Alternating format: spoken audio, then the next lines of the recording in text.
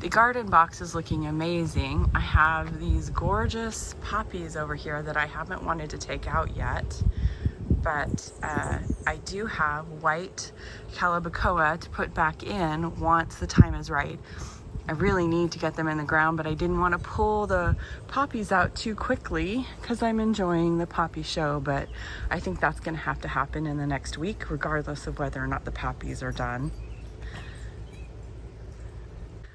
My dwarf Gara is starting to bloom.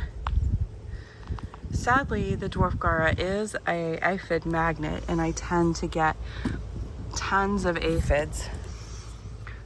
So I'm constantly battling aphid damage on the Gara. I do see some ladybug activity, but I do try to kind of keep ahead of it as well because they just don't seem to be able to get through the infestation quickly enough.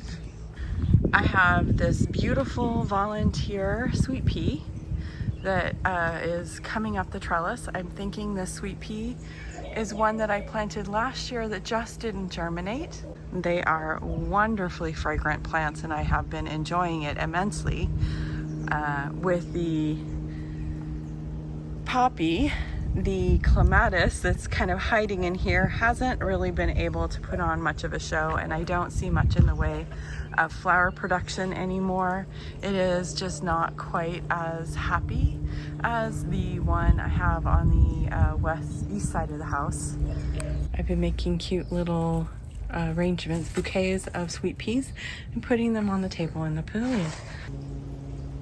Thank you for joining me for my garden journey.